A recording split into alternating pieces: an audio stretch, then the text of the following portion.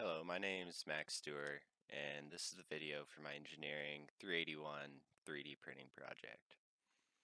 As you can see, I built a simple 4-bar linkage that connects to a base via these two towers. There's 3 links on it, fourth link being the base, simply bolted together.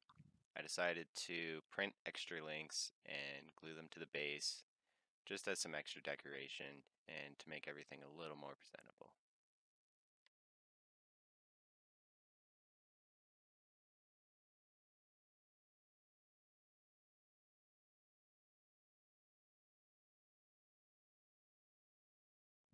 The project purpose was just to build a simple 4-bar linkage. Didn't have to do anything special, it was more just the thought that counted. 4-bar linkages are used quite often in mechanical engineering, and the fact that you can 3D print links so quickly makes it a lot easier to actually demo the linkage that you're going to be using. 3D printing allows for quick testings of different lengths and shapes of links, which can help you get different change points and other different 4-bar linkage traits. The design goals was just to make sure that it was self-contained and smooth enough of a surface finish where it can be handled comfortably. I wanted to make sure all the joints would move freely, but were stiff enough to hold their place. This makes it a little easier to analyze the movement of the linkage, since this is mostly for testing and making sure that it'll work. These are the Creo files I designed. I made sure to take advantage of additive manufacturing in a few different ways. As you can see, these towers, if you were to use subtractive manufacturing, you need a block that's about 5 times the material you need, and that would just be a little crazy. I also decided to add these curves on the side. These are a lot harder to do in any sort of subtractive manufacturing. On the links, 3D printing was very helpful because the distance from the center of the hole to the center of the hole is very exact when you print it this way, which is nice for engineers to make sure that their numbers actually turn out to be physical things. For the fitment, I used M5 by 0.8 cap screws to connect all the links. Originally I had planned on 1/4-inch cap screws, but since the printer filled in the holes more than I had expected, I'd use smaller bolts. I also used lock nuts so that I could leave them loose without clamping the towers together on the links. This allows them to have free movement and still not fall apart.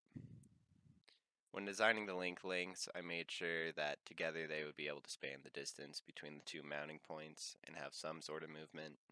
Since it wasn't designed to do anything too specific, it didn't really matter as long as they were long enough to make the distance.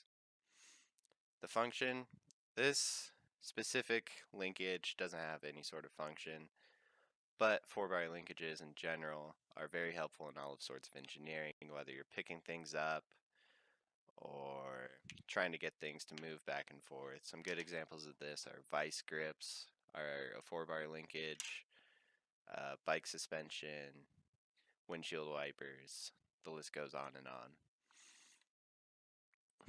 I was quite proud of the roundness of my holes. The first few times I printed the links, they turned out a lot more like octagons, but after changing the step size and the chord heights, I was able to get the holes to come out fairly round. As you can see in this picture here, they're pretty round. I'm also pretty proud of the length of the links, even though in this specific example it didn't matter a whole lot how long each of the links were. It was still nice to know that if you were going to use this in any real world situation, you could get the links to come out to the exact length that you wanted. And this is again important for engineers because it would really suck to do all that math to figure out the length of the links and just have it cancel out. I learned quite a few lessons during this. I learned parts will print slightly larger than the model.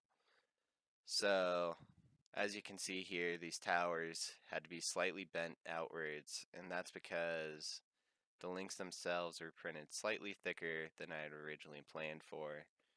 And when I went went to bolt it together, they kind of needed to be force fit. I also had originally planned on using 1/4 inch bolts, but the printer filled in the holes a little bit more than I had expected, so I had used smaller bolts. I also figured out that it's very important to take some notes of the printer you're using before designing your part. When I originally designed my part, I designed it in English units, and the Lulzbot Mini that I printed on needs everything to be in metric units.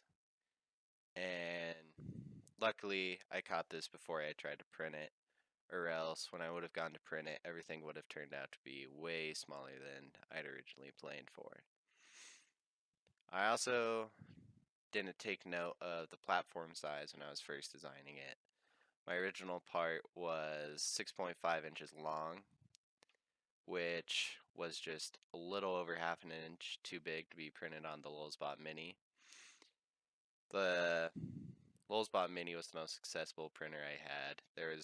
Most of those were in the lab and could be used pretty easily, and time was easy to find on them. But as soon as you went up to anything bigger than 6 inches, you had to use a different printer, which tend to be booked out much longer than any of the other ones. Because of this, I was forced to redesign everything. Had to redesign the base, and I had to redesign my links to make sure that they would all fit. But in the end, I was able to get everything to come out in a way that made me happy, and I learned a lot overall during this project.